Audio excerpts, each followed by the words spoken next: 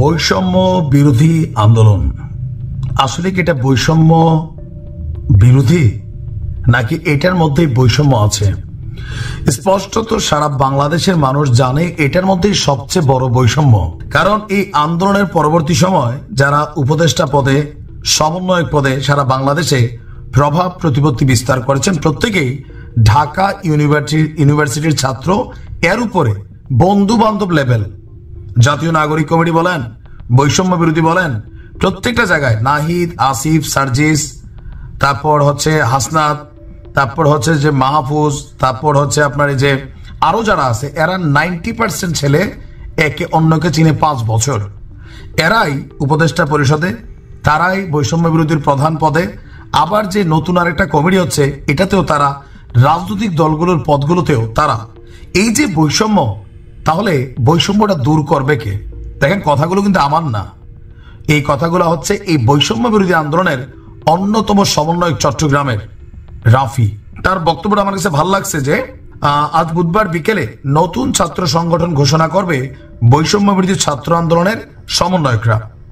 কমিটিতে যাদের নাম আলোচনায় তারা সবাই ঢাকা বিশ্ববিদ্যালয়ের শিক্ষার্থী। দলে সারা বাংলাদেশকে শুধুমাত্র ঢাকা বিশ্ববিদ্যালয়ের 5-10টা ছেলে, তারা কেন এই টোটাল টিম, রাজনীতি, আগামী দিনের প্রধানমন্ত্রীর পদ, ক্ষমতা সবকিছু তাদের হাতে। এই ঢাকা ইউনিভার্সিটির কয়জন ছাত্র মারা গেল, কিন্তু ক্ষমতা টেকনিক্যালি একটা বন্ধু সার্কেল, তারা সবাই নিজেরা ক্ষমতাটাকে কুক্ষিগত করছে, টেকনিক্যালি এটাই করছে। তো রাফি বলছেন যে নতুন রাজনীতিতে ঢাবি মানে ঢাকা বিশ্ববিদ্যালয় এবং ঢাকা কেন্দ্রিকতা বন্ধ হওয়া উচিত। আমরাও চাই সারা বাংলাদেশ সমানভাবে ডেভেলপ করুক, কিন্তু আসলে কি তাই হচ্ছে? হচ্ছে না। 28শে ফেব্রুয়ারি যেই নতুন রাজনৈতিক দল আসতে যাচ্ছে, যারাই শীর্ষ পদগুলোতে আলোচনা আছে সবাই ঢাকা বিশ্ববিদ্যালয়ের শিক্ষার্থী। রাফি যেটা বলতে চাচ্ছে, তাহলে বৈষম্যটার অবসান হলো কোথায়? আসলে কিন্তু হয় নাই।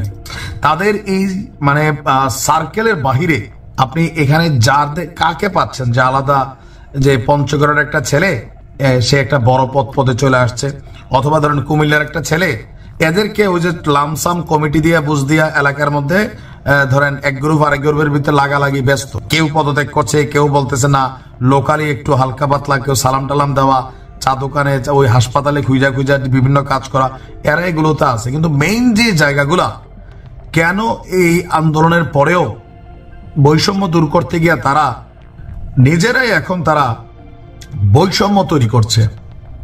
আমারও স্বাভাবিক প্রশ্ন, এই যে প্রাইভেট ইউনিভার্সিটির জন্য একটা কমিটি তৈরি করে দিছে, এটা লামসাম টাইপের কমিটি। ভাই মানে কি যেই পয়েন্টগুলো আছে, ধরেন একদম যতগুলা কি পয়েন্ট, নাগরিক কমিটি, বৈষম্য বিরোধী, আরো তাদের যে বিভিন্ন সংগঠন আত্মপ্রকাশ করতে যাচ্ছে, কোথাও কিন্তু আসলে ঢাবি এবং তাদের একটা সার্কেল, ডক্টর ইউনূস যেমন সরকার গঠন করছেন সব এনজিও ওয়ালাদের নিয়া, ওনার সার্কেলের চট্টগ্রামের মানুষ নিয়া, তো বৈষম্য বিরোধীরা যা করছে ঢাবি এবং তাদের নিজস্ব বন্ধু বান্ধবের বাহিরে কাউকে জি হুজুর করার বাহিরে কিন্তু কেউ রাখছে না।